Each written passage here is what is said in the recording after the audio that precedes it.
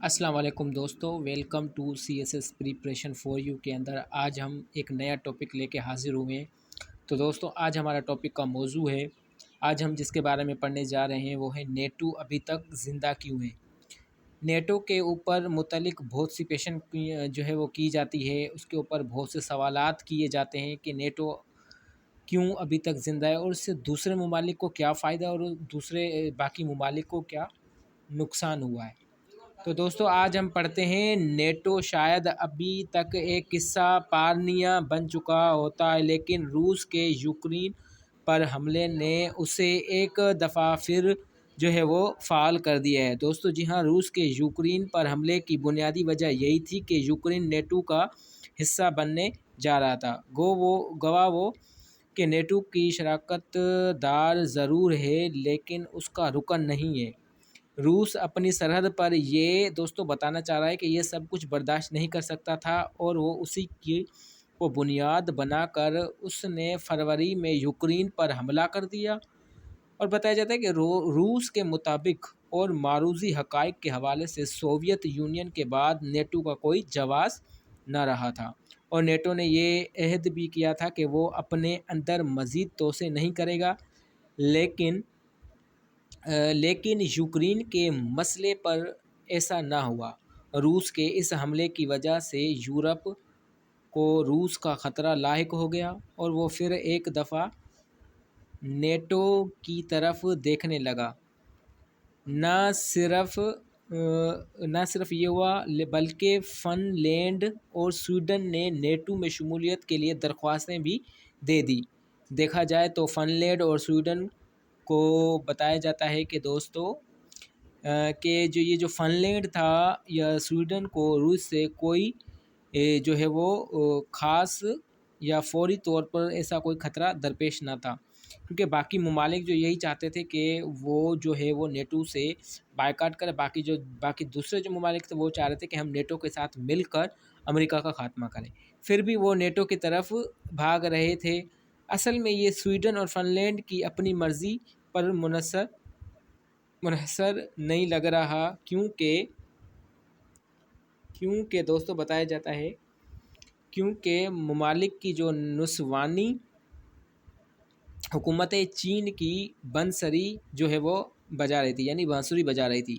یہ یورپ میں امریکہ کی جو سیادت کو دوبارہ قائم کرنے، یا یوں کہہ لیں کہ یورپ میں امریکہ کے جو احساس کو قائم رکھنے کے لیے ایک علامت ہے۔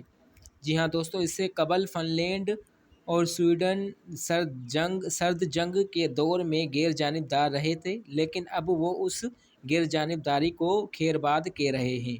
سویڈن نے یہاں تک کہہ دیا کہ نیٹو میں شمولیت کا مطلب یہ نہیں کہ نیٹو کے اڈے وہاں قائم کر دیے جائیں گے یا پھر جوہری ہتھیار اس ممالک میں آ جائیں گے۔ سوال یہ ہے کہ جب یہ سب کچھ ہونے نہیں جا رہا تو پھر نیٹو میں شمولیت کا کیا فائدہ؟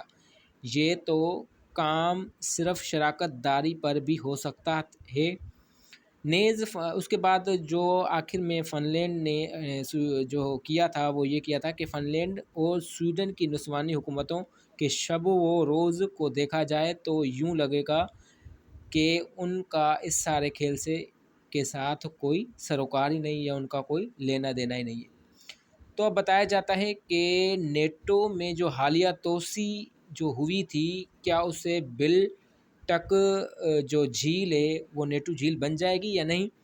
تو اس میں یوں کہا گیا تھا کہ فن لینڈ اور سویڈن نے تو نیٹو کے حالیہ اجلاس میں باقاعدہ درخواستیں جمع کرا دی ہے، اور ان میں بتایا جاتا ہے کہ کچھ عرصے میں وہ نیٹو کے جو ہے باقاعدہ رکن بن جائیں گے۔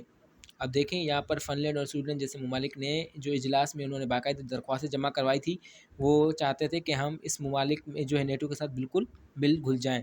اس کے علاوہ بھی کچھ ممالک کو اس طرف جو ہے وہ جا رہے ہیں، تو ان میں بوسنیا ہرزیگوینیا، جارجیا، مالدووا اور جنگ کا مارا ہوا یوکرین شامل ہیں۔ ان ممالک کو نیٹو میں آ جانے بالٹک ریاستوں سمیت کل 8 ممالک بن جائیں گے جو کہ بالٹک جھیل کے ارد گرد موجود ہیں اور اس طرح سے بلٹک جھیل ایک نیٹو جھیل بننے جا رہی ہے۔